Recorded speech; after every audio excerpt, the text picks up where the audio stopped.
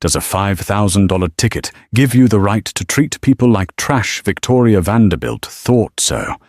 Standing in the aisle of a Boeing 747 on Christmas Eve, she looked at the young black woman sitting in seat 1A, a woman wearing a faded hoodie and headphones, and decided that she didn't belong.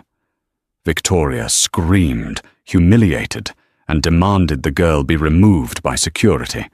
She wanted a show of power. She got one. But she didn't realize that the girl she was spitting on wasn't just a passenger. She was the one who signed the pilot's paycheck. Watch until the end to see the moment Victoria's face freezes when the captain drops the ultimate truth bomb. You do not want to miss this karma. The snow was coming down hard over John F. Kennedy International Airport, blanketing the tarmac in a sheet of white that threatened to delay every flight out of New York. Inside Terminal 4, the air was thick with the frantic energy of Christmas Eve. People were rushing, children were crying, and the smell of cinnamon pretzels mixed with expensive perfume. In the exclusive Aurora Airlines Diamond Lounge, however, the chaos was muffled by thick glass walls and soft jazz. This was a sanctuary for the elite, the CEOs, the celebrities, and the old money families flying to London for the holidays. Maya Sterling sat in a corner armchair far away from the buffet and the bar. To the casual observer, Maya looked like she had gotten lost on her way to the economy gate. She was 26 years old, with her hair pulled back in a messy bun, wearing a pair of grey sweatpants and an oversized vintage university hoodie that had seen better days. She was curled up with a beaten-up leather journal, scribbling notes with a cheap ballpoint pen. She looked tired, but Maya wasn't just tired. She was exhausted. She had spent the last 6 months orchestrating a hostile takeover defense of her late father's company, Aurora Airlines. She had fought board members, navigated legal loopholes, and barely slept. Today was supposed to be her victory lap, a quiet flight home to London to visit her father's grave. She didn't want to be the CEO today. She just wanted to be Maya. "Excuse me, is there a reason why the service in here is moving at a glacial pace?" The shrill voice cut through the quiet hum of the lounge like a serrated knife. Maya looked up. Standing at the marble coffee bar was a woman who radiated wealth and malice in equal measure. Victoria Vanderbilt was in her mid-40s, dressed in a white cashmere coat that probably cost more than a mid-sized sedan. Her blonde hair was sprayed into an immovable helmet of perfection, and her fingers adorned with diamonds the size of grapes were drumming impatiently on the counter. The young barista, a boy named Leo, who couldn't have been more than 19, looked terrified. "I'm sorry, Miss Vanderbilt.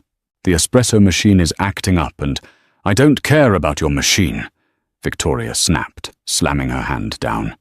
"I am a Diamond Medallion member. My family has been flying this airline since before you were born. I asked for a soy latte, extra foam, exactly 140 degrees 10 minutes ago. I'm making it right now, Mom." Leo stammered, his hands shaking as he poured the milk. Maya watched her brow furrowing. She hated this. She hated how people with a little bit of money thought it gave them a license to dehumanize service workers. She closed her journal and stood up, stretching her legs. As Leo went to hand Victoria the cup, the shaking of his hands caused a tiny splash of hot coffee to spill over the rim. A few drops landed on the pristine white counter. Not a drop touched Victoria's coat, but she recoiled as if he had thrown acid at her. "You incompetent idiot!" Victoria screeched. She swiped her hand out, knocking the cup from Leo's hand. The cup hit the floor with a wet smack, exploding hot coffee all over Leo's apron and shoes. The lounge went deadly silent. "Look what you made me do!" Victoria yelled, not even glancing at the mess she had created. "Now the smell of cheap coffee is in my sinuses. Someone get a manager. I want this boy fired immediately." Leo looked like he was about to cry. He grabbed a rag and bent down to wipe the floor. "I'm so sorry, I'm so sorry." "Stop," a calm voice said. Maya stepped between Victoria and the kneeling boy. She didn't look at Victoria, she looked at Leo. She crouched down, ignoring the coffee seeping toward her sneakers. "Leo, leave it. You don't need to clean that up right now." "Are you burned?" Leo looked up, eyes wide. "No, miss. I'm okay, but I need to clean." "Stand up," Maya said gently, offering him a hand. "Excuse me." Victoria's voice dropped an octave, dripping with venom. She turned her glare onto Maya. "Who do you think you are? The janitor's daughter, step aside. This incompetence needs to be punished." Maya stood to her full height. She wasn't tall, but she held herself with a posture that her father had taught her, shoulders back, chin up. She turned to face Victoria. "He made a mistake," Maya said, her voice even. "You made a mess. There's a difference. Accidents happen. Cruelty is a choice." Victoria laughed, a harsh, barking sound. She looked Maya up and down, her eyes lingering on the grey sweatpants and the fraying cuffs of the hoodie. "Oh, this is rich. A charity case lecturing me on behaviour. Listen to me, you little street urchin.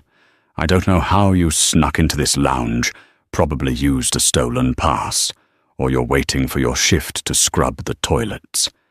But do not speak to me. I am Victoria Vanderbilt. My husband owns half of Wall Street." "And that gives you the right to abuse a 19-year-old on Christmas Eve?" Maya asked. "It gives me the right to demand excellence," Victoria hissed. She stepped closer, invading Maya's personal space. "Now get out of my face before I have security drag you out, along with this incompetent barista." Maya stared at her for a long moment. She could have ended it right then. She could have pulled out her black titanium card, the one with the gold aurora crest that identified her as the owner and chairman of the board. She could have had Victoria banned from the flight instantly. But Maya was tired. And more than that, she wanted to see just how far this woman would go. She wanted to see the character of the person sitting in her first-class cabin. "Be careful, Miss Vanderbilt," Maya said softly. "The world is smaller than you think, and you never know who you're talking to." Victoria sneered. "I know exactly who I'm talking to. A nobody." She turned her back on Maya and snapped her fingers at another staff member. "You get me a manager. Now." Maya sighed, gave Leo a reassuring nod and walked back to her seat. She picked up her phone and sent a quick text to the head of in-flight services. Text to Marcus Chief Purser. "Boarding soon. Keep an eye on seat 1B. She's going to be a handful. Let's handle it by the book for now." The reply came instantly. Text from Marcus. "Copy that, Ms. Sterling. We're ready for you in 1A. Sorry about the delay." Maya put her phone away. The storm outside was raging, but the storm inside the plane was just beginning. The boarding announcement for Flight 818 to London Heathrow came over the speakers crisp and professional. "We are now inviting our first-class passengers and Diamond Medallion members to board at Gate B12. Victoria Vanderbilt was the first one at the podium. She had refreshed her lipstick, adjusted her coat, and wore a look of supreme self-importance. She scanned her boarding pass with an aggressive beep and swept down the jet bridge without acknowledging the gate agent. Behind her, Maya gathered her backpack. She waited until the initial rush of suit-wearing businessmen had passed before she approached the gate. "Happy holidays, Ms. Sterling," the gate agent whispered, with a knowing smile glancing at her screen, which flashed a special Owner VVIP tag that was invisible to the public-facing screen. "Merry Christmas, Sarah." Maya smiled back, winking. "Just a normal passenger today." "Shh."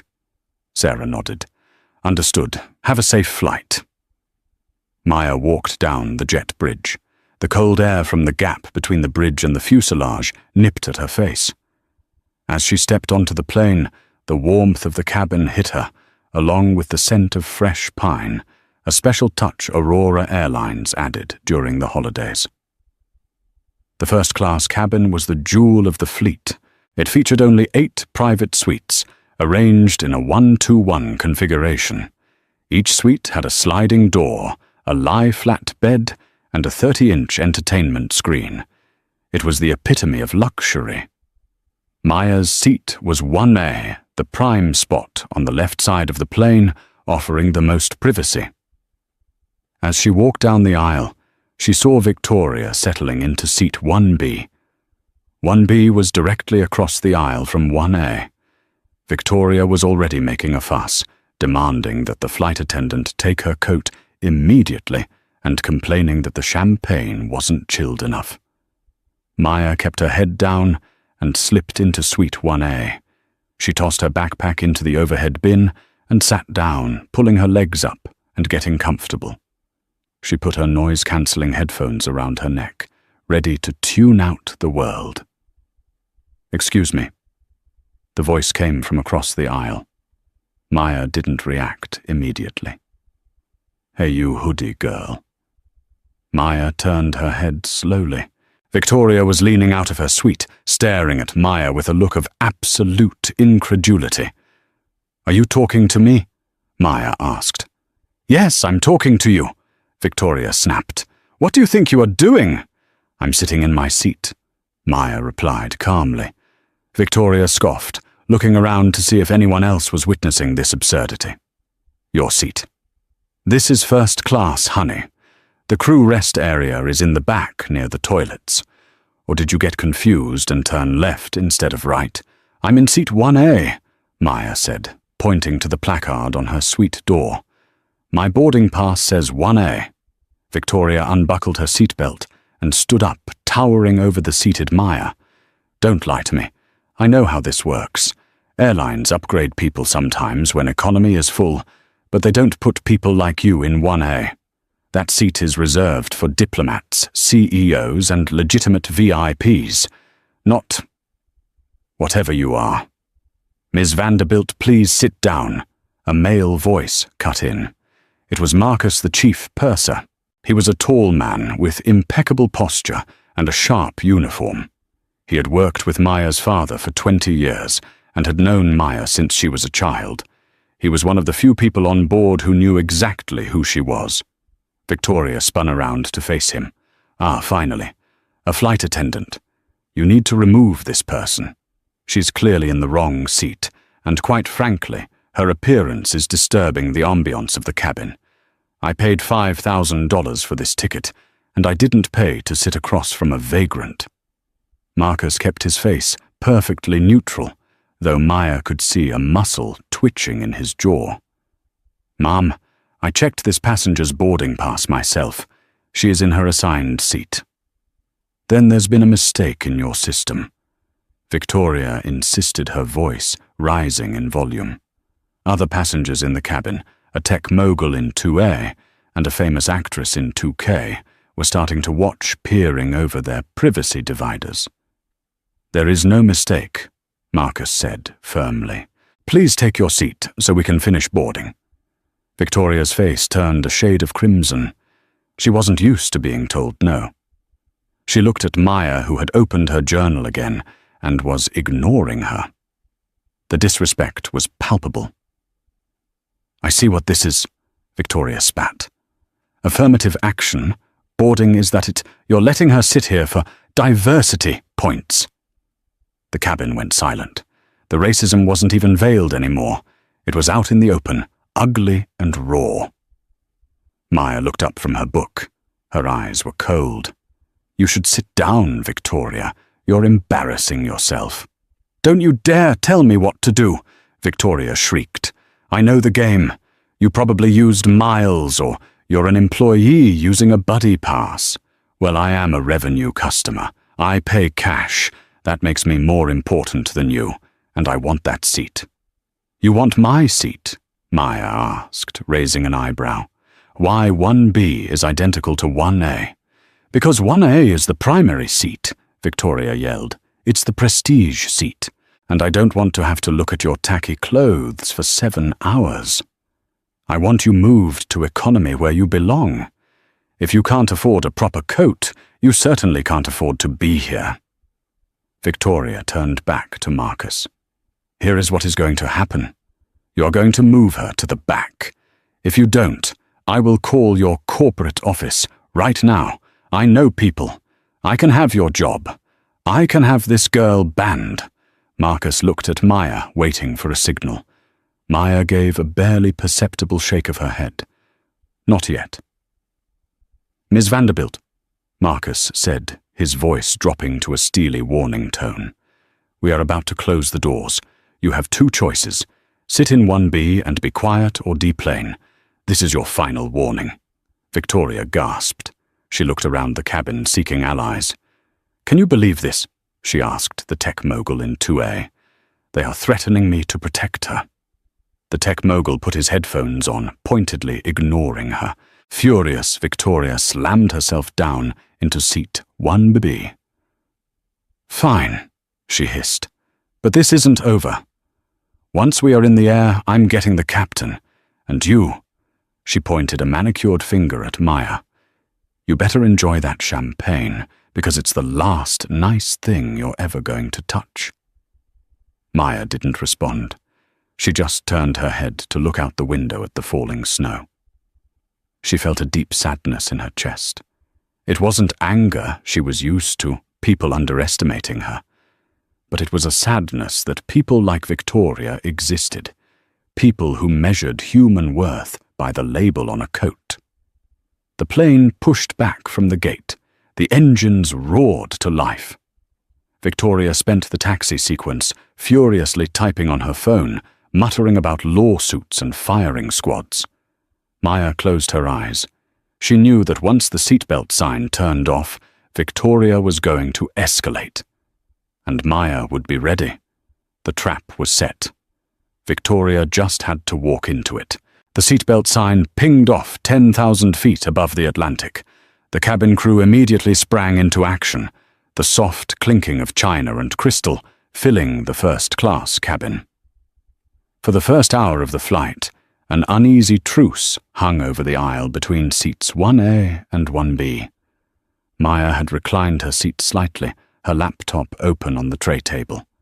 It was a sleek, unbranded prototype, one of the perks of owning a company that invested heavily in tech partnerships, and she was reviewing the quarterly fuel hedging reports. Victoria, meanwhile, was on her 3rd glass of Dom Perignon. The alcohol wasn't mellowing her out, it was sharpening her edges. She sat stiffly watching Maya with the predatory intensity of a hawk circling a field mouse. Every time Maya typed a sentence, Victoria huffed. Every time Maya took a sip of water, Victoria rolled her eyes. Marcus. Victoria snapped, waving her empty glass in the air without looking up from her magazine. Marcus appeared instantly, his face a mask of professional patience. Yes, Miss Vanderbilt. Another refill. Obviously, she sneered. And take this ramekin of nuts away. They are room temperature. I specifically like my cashews warmed. Is it so hard to get good help these days? I apologize, ma'am. I'll warm them for you. As Marcus reached for the dish, Victoria leaned in, lowering her voice to a stage whisper that was clearly meant to be carried across the aisle. And while you're at it, can you spray some air freshener? There is a distinct smell of poverty wafting from across the aisle. It's ruining my vintage Cabernet.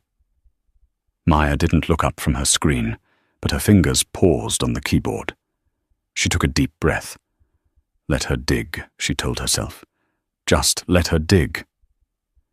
I don't smell anything, Ms. Vanderbilt, Marcus said tightly. Perhaps it's the recycled air. Don't play coy with me, Victoria hissed, glancing at Maya. Look at her. She's probably never seen the inside of a plane before, let alone first class. She's typing away on that computer like she has a job. It's adorable, really. Probably playing solitaire. Maya turned her head slowly. She removed her noise-cancelling headphones and met Victoria's gaze. "Actually," Maya said, her voice calm and articulate, "I'm reviewing the Q4 logistical spread for transatlantic cargo routes, but solitaire is fun too."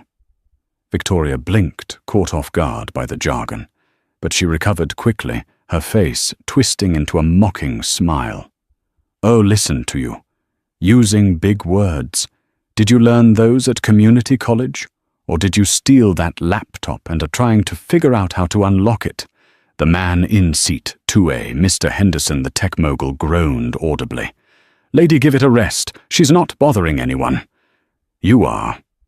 Victoria whipped around in her seat to face him. "Excuse me, I am protecting the integrity of this cabin. We pay a premium for exclusivity.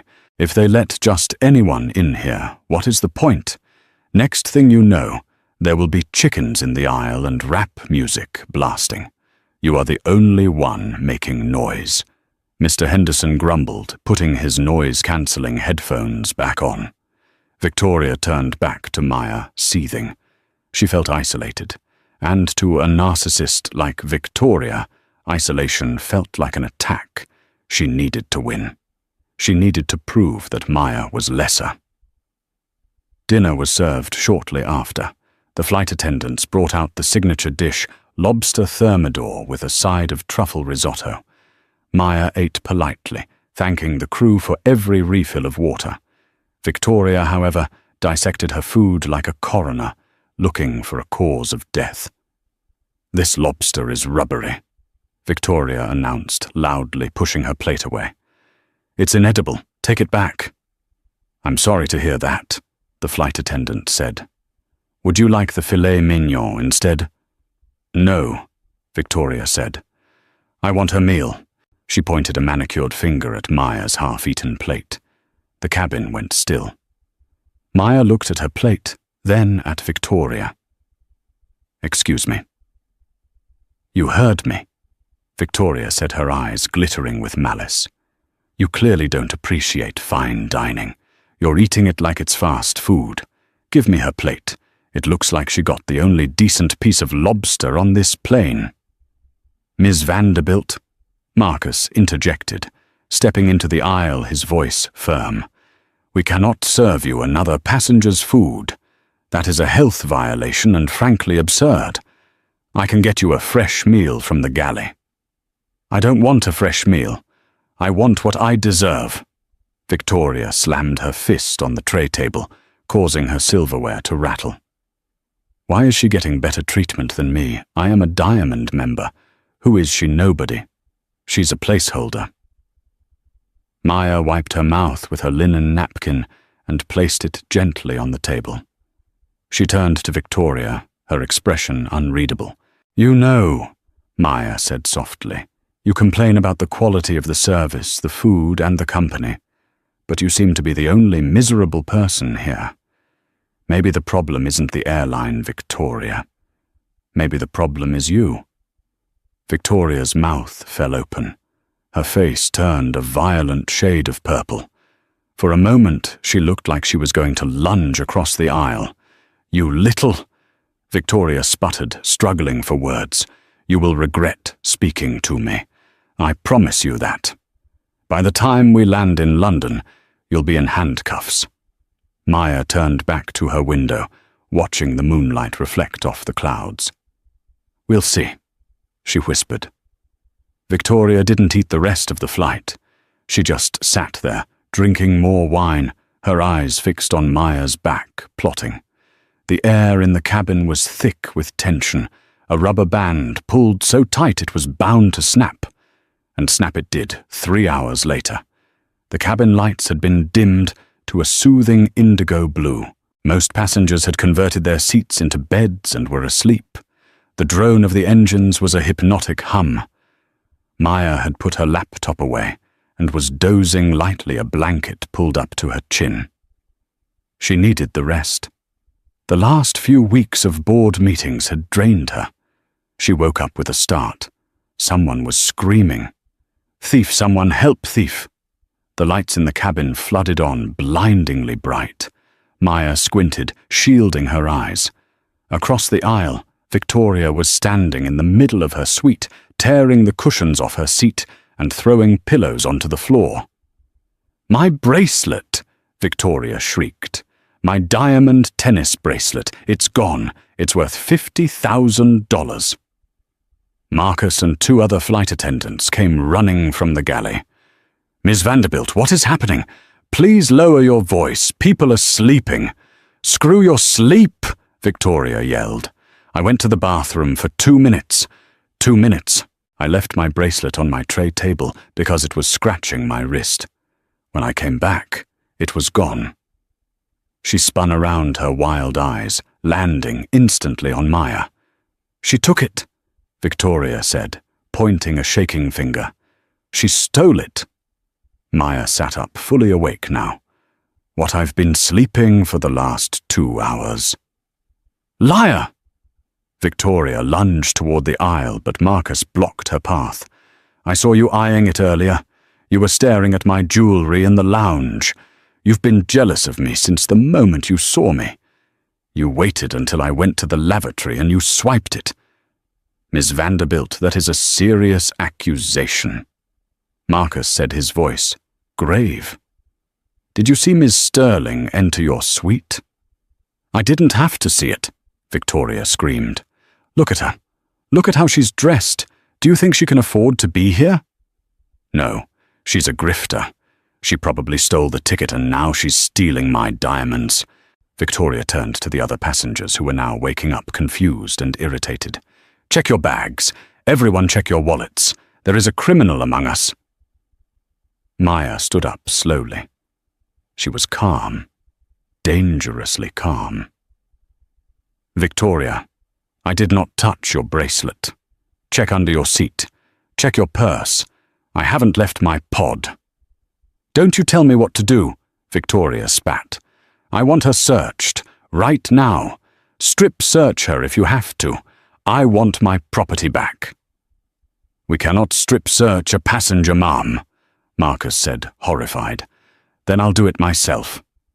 Victoria tried to push past Marcus, her hands clawing toward Maya. "Sit down," Marcus barked, using a command voice that actually made Victoria pause. "Miss Vanderbilt, if you do not sit down, I will have to restrain you. That is a federal offense." Victoria huffed, straightening her coat. "Fine. Then call the police. Have them waiting at Heathrow. And until then, I want her bag searched. That is my right. If you don't search her bag, you are an accomplice." Marcus looked at Maya, his eyes apologizing silently. "Ms. Sterling, to put this to rest, would you consent to a search of your carry-on? You don't have to, but—" "It's okay, Marcus," Maya said calmly. She reached up and pulled her battered backpack from the overhead bin. She placed it on her seat. "I have nothing to hide." Victoria smirked, crossing her arms triumphantly. "Oh, we'll see about that. Dig deep. Check the lining. Rats like her are good at hiding things." Marcus opened the backpack. He pulled out a few books, a toiletry kit, a change of clothes, simple jeans and a t-shirt, and the laptop. He patted down the sides. He checked the pockets. "There is nothing here, Miss Vanderbilt," Marcus said, repacking the bag. "No jewelry." "Check her person," Victoria demanded. "It's in her pocket. It's in her bra." "That is enough." Mr. Henderson from seat 2A stood up. He was a large man, imposing. "I've been awake the whole time, lady. She hasn't moved. You, on the other hand, have been thrashing around like a maniac. Check your own damn seat." "How dare you?" Victoria started. "Actually—" Maya cut in her voice, cutting through the noise like a razor. She stepped out into the aisle. "Let's do this. Marcus, call the captain. Tell him we have a situation in first class that requires his authority, and tell him to radio Heathrow police." Victoria laughed, a high, brittle sound. "Oh, trying to bluff good. I want the captain here. I want him to see what kind of trash he's flying." "Yes, Maya said, her eyes locking onto Victoria's. Let's get the captain, because when he gets here, Victoria, this flight is going to end very differently than you think. Marcus nodded. I'll call the flight deck. Victoria sat back, a smug smile plastered on her face. She thought she had won. She thought Maya was trying to scare her off. She didn't realize that by demanding the captain, she had just summoned the only person on the plane who answered directly to Maya Sterling. As they waited, Victoria leaned over. You can drop the act, she whispered. Just give it back and maybe I won't press charges. I know you need the money. It must be hard seeing people like me live lives you can only dream of. Maya looked at her, not with anger, but with pity. Victoria, the only thing I'm going to take from you is your pride. The curtain at the front of the cabin parted. The captain emerged. He was a silver-haired man with 4 gold stripes on his shoulders and a look of stern authority. What is the problem here? Captain O'Malley asked, his voice booming. Victoria shot up from her seat. Captain, thank God. This woman, she pointed at Maya, stole my $50,000 diamond bracelet. I want her arrested. Captain O'Malley frowned. He looked at Victoria, then he looked at Maya. His eyes widened slightly as he recognized the young woman in the hoodie. He opened his mouth to speak, to say, Ms. Sterling. But Maya held up a hand, stopping him. She wasn't done yet. She wanted the trap to snap shut completely. Captain, Maya said, her voice changing, dropping the soft tone and adopting the sharp, commanding cadence of a boardroom executive. This passenger is accusing me of a felony. She has disrupted the flight, harassed the crew, and verbally assaulted another passenger. I would like you to follow protocol for a level 2 disturbance. Victoria laughed. Listen to her giving orders. Captain, arrest this girl. Captain O'Malley didn't look at Victoria. He looked at Maya, standing straight in her sweatpants, radiating power.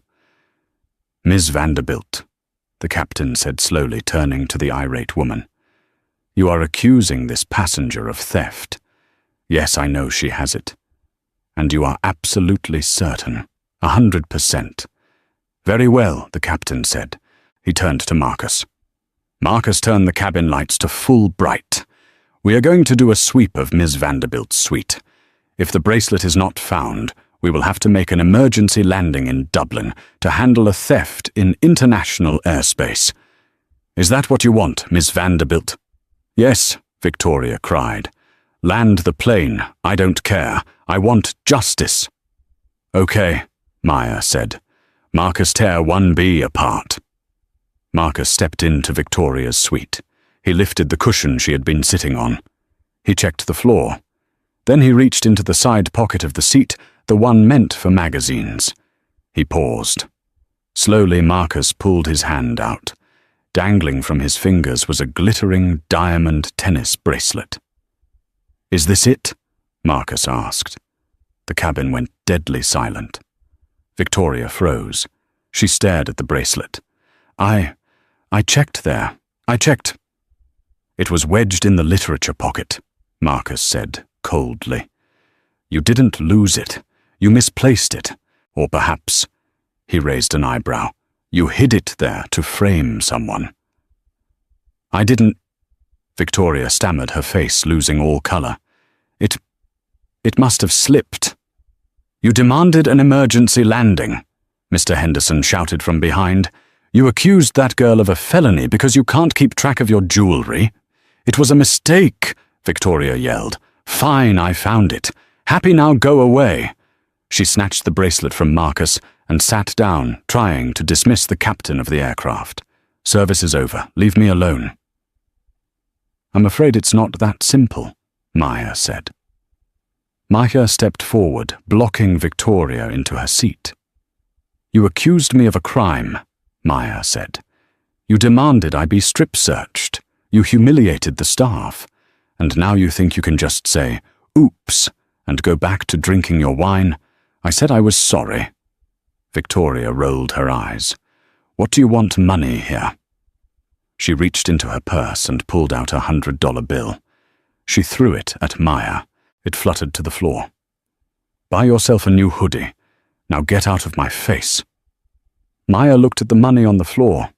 Then she looked at Captain O'Malley. "Captain," Maya said. "I think it's time." Captain O'Malley nodded. He stood at attention, facing Maya. "Yes, ma'am. How do you want to proceed?" Victoria frowned, looking between them. "Ma'am.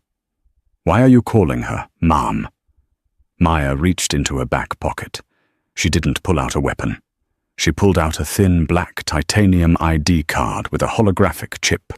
She clipped it onto her hoodie. It read, "Maya Sterling, owner and CEO, Aurora Airlines." Victoria squinted at the badge. She read it once, then twice. The blood drained from her face so fast she looked like a corpse. "No," Victoria whispered. That's fake." "Captain O'Malley," Maya said, her voice ringing with authority. "Who signs your paychecks?" "You do, Ms. Sterling," the captain replied loud and clear. "And who owns this aircraft? The Sterling family, ma'am. Specifically, you." Maya turned back to Victoria. The silence in the cabin was heavy, suffocating, and delicious. "You told me I didn't belong in seat 1A, Maya said, leaning down so she was nose to nose with the terrified woman. "Victoria, I own seat 1A. I own seat 1B. I own the seat you're sitting in, the champagne you're drinking, and the plane we are flying in. I am Aurora Airlines." Victoria's mouth opened and closed like a fish out of water. I didn't know. I thought—" "You thought I was poor," Maya finished for her. "And because you thought I was poor, you thought I was trash. You thought you could abuse me, frame me, and discard me." Maya stood up straight and looked at Marcus. Marcus cut her off. No more alcohol, and revoke her diamond medallion status immediately. I want her banned from Aurora Airlines for life, effective the moment we touch down.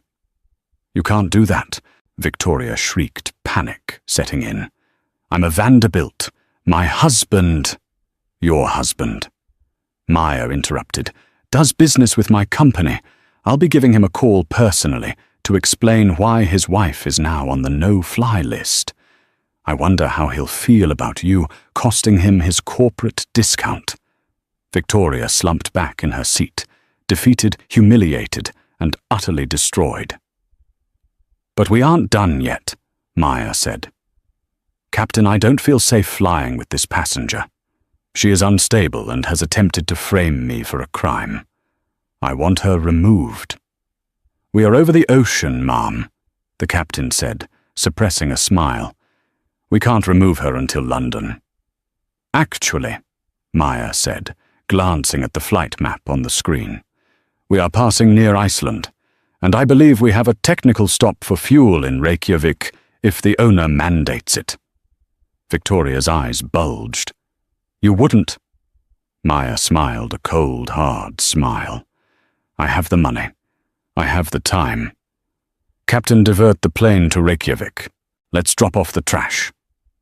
The announcement from the flight deck crackled over the PA system, cutting through the murmurs of the stunned passengers. "Ladies and gentlemen, this is Captain O'Malley speaking. We have a situation on board that requires the immediate removal of a disruptive passenger. As such, we are diverting to Keflavik International Airport in Reykjavik, Iceland. We will be on the ground in approximately 30 minutes. We apologize for the delay in your arrival to London, but the safety and comfort of our owners and guests are our top priority." The plane banked sharply to the left. The engines whined as the thrust reduced, and the nose of the massive Boeing 777 dipped toward the dark, icy waters of the North Atlantic. Victoria sat frozen in seat 1B. Her face was a mask of pure terror. She looked out the window, seeing nothing but pitch blackness. "You can't be serious," she whispered, her voice trembling. She turned to Maya. "Iceland, you're landing in Iceland. It's the middle of the night. It's freezing." Maya didn't even look up. She had reopened her journal and was calmly writing an entry. "You should have thought about that before you tried to frame me for a felony, Victoria." Maya said, her pen scratching against the paper. But it's Christmas Eve," Victoria pleaded. Tears were now streaming down her face, ruining her perfect makeup. "I have a connection in London. My family is waiting for me in Gstad." "You can't leave me in Iceland." "I can, and I am," Maya replied coolly. Victoria unbuckled her seatbelt and scrambled into the aisle, dropping to her knees beside Maya's seat.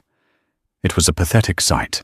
The woman who had been screaming about her superiority an hour ago was now begging at the feet of the woman she had called a street urchin. "Please!" Victoria sobbed, grabbing the armrest of Maya's suite.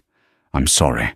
I'm so sorry. I was stressed. I was drunk. I'll pay you. I'll give you $10,000. Just tell the captain to turn around." Maya stopped writing. She turned her head and looked down at Victoria. Her eyes were not angry. They were devoid of any sympathy. It was the look of a judge delivering a final sentence. "Marcus!" Maya called out softly. The chief purser appeared instantly. "Yes, Ms. Sterling." "Please remove this woman's hands from my suite. She is soiling the leather." Marcus stepped forward. "Ms. Vanderbilt, please return to your seat for landing. The Icelandic authorities have been notified and are meeting the aircraft." "Authorities!" Victoria shrieked as Marcus firmly guided her back to seat 1B. "You called the police over a misunderstanding." "It wasn't a misunderstanding," Mr. Henderson called out from seat 2A. "It was a hate crime, lady. Enjoy the snow." The descent was rough. The winds over Iceland were howling, shaking the plane violently. Every bump made Victoria gasp. She clutched her armrests, her knuckles white. She looked around the cabin for sympathy, but she found none. The actress in 2K was filming her with a phone. The businessman in 3A was cheering. Victoria Vanderbilt, the woman who thought the world revolved around her, was realizing she had just spun out of orbit. The wheels touched down on the icy tarmac with a heavy thud. The reverse thrusters roared, slowing the beast of a plane down. As the aircraft taxied off the main runway toward a remote stand, far away from the terminal, blue and red lights flickered in the distance. They weren't taxiing to a gate. They were stopping in the middle of the airfield. "Why are we stopping here?" Victoria whimpered. "Where is the jet bridge?" "No jet bridge for you, Victoria," Maya said, closing her journal and packing it away. "VIP treatment is over. You're getting the stairs." The sensation was immediate and violent as the heavy cabin door of the Boeing 711 swung open. The controlled, perfumed atmosphere of the first-class cabin was instantly shattered. A blast of sub-zero Arctic air roared inside, carrying with it the biting scent of jet fuel and the howling sound of the Icelandic wind. It was a physical assault, a reminder that outside this aluminum tube, nature was brutal and unforgiving. Victoria Vanderbilt shivered, pulling her white cashmere coat tighter around her throat. But the cold wasn't the only thing entering the plane. 2 officers from the Lögreglan, the Icelandic police, stepped across the threshold. They were mountain-sized men, their dark blue uniforms dusted with fresh snow, their faces grim and set in expressions of absolute zero tolerance. They didn't look like the polite airport security Victoria was used to bullying in New York. They looked like Vikings. Captain O'Malley stood by the cockpit door, his arms crossed. He didn't say a word. He simply nodded toward seat 1B. The lead officer, whose badge read Officer Gunnarsson, marched down the aisle. His heavy boots made a wet, thudding sound on the plush carpet, a jarring rhythm that silenced the entire cabin. He stopped directly in front of Victoria. "Victoria Vanderbilt." His voice was deep, heavily accented, and echoed with authority.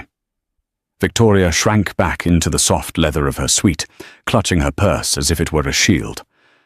I demand to speak to the American ambassador." She stammered, her voice trembling, but still laced with entitlement. "This is a kidnapping. You have no jurisdiction here. This is an American plane." "We are on Icelandic soil, madam," Officer Gunnarsson said, his voice flat. "And you have been identified as a threat to the safety of this aircraft. You are being removed. Now." "I am not a threat," Victoria shrieked, looking around wildly for an ally. "I am a victim. That woman." She pointed a shaking finger at Maya. "She is the one you want. She's the criminal. She hijacked this plane." Maya didn't even flinch. She sat perfectly still in seat 1A, her hands folded over her journal, watching the scene unfold with the dispassionate gaze of a judge. "Stand up," the second officer commanded, stepping forward.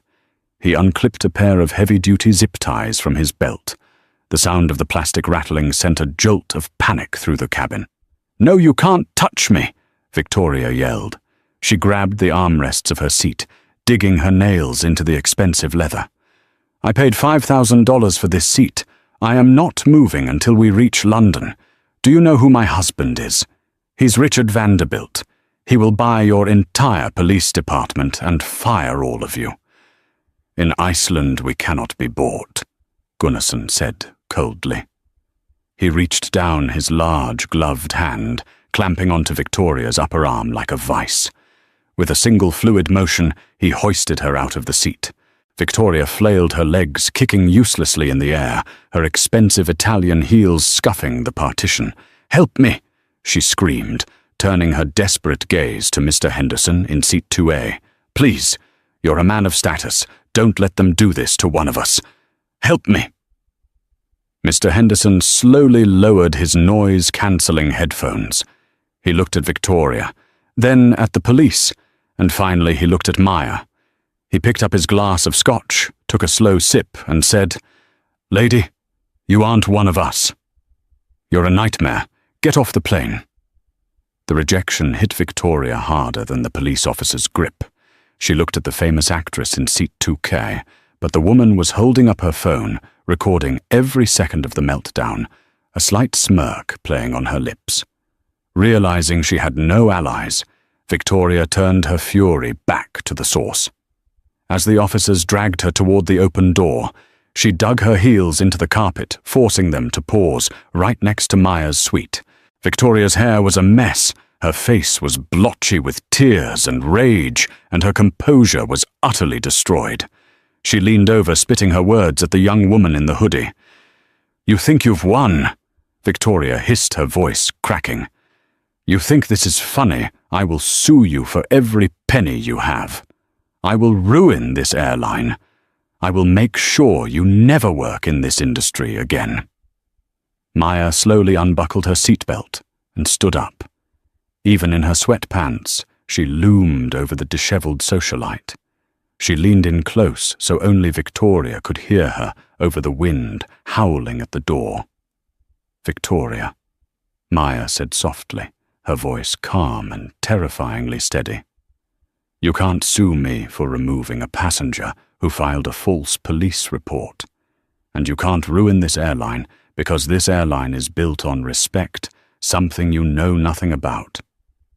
Enjoy Iceland. I hear the northern lights are beautiful from a jail cell." Victoria started to scream, but Officer Gunnarsson had had enough. "That is enough!" the officer barked. He yanked her toward the door. The transition from the cabin to the outside was brutal. They stepped onto the mobile metal staircase that had been rolled up to the plane. There was no covered jet bridge here. Just open-air darkness and a blizzard. The wind hit Victoria like a physical blow, nearly knocking her off her feet. It whipped her perfectly styled blonde hair into a frenzy, plastering it across her face. The snow was falling hard, thick, wet flakes that instantly soaked into her cashmere coat. "Move," the officer ordered, nudging her down the metal steps. Victoria looked down. The stairs were covered in a thin layer of rime ice. She took a step, her high heel skidded on the metal grate, and she let out a shriek as she slipped. She grabbed the freezing cold handrail with her bare hands to stop herself from tumbling down. "My coat! It's getting wet!" She wailed, her voice snatched away by the gale. From the warmth of the cabin, the passengers watched through the windows. It was like watching a silent movie. They saw Victoria Vanderbilt, the woman who had terrorized a 19-year-old barista and tried to frame a CEO struggling down the icy stairs like a newborn deer. Halfway down, a gust of wind caught her wide-brimmed designer hat, the one she had worn with such smug superiority in the lounge. It ripped from her head and tumbled away across the dark tarmac, disappearing into the snowstorm. Victoria reached for it, almost falling again, but the officer pulled her upright. "Leave it," the officer said. "Get in the van." At the bottom of the stairs there was no limousine. There was no warm town car. There was only a boxy utilitarian police van with its blue lights flashing rhythmically against the snow. The back doors were open, revealing a cramped metal cage. Victoria stopped at the bottom of the stairs, her feet submerged in slush. She looked up at the massive airplane one last time. She could see the warm glow of the windows. She could see the silhouette of Maya Sterling, standing in the window of seat 1A, watching her. For the first time in her life, Victoria Vanderbilt realized she was on the outside, looking in.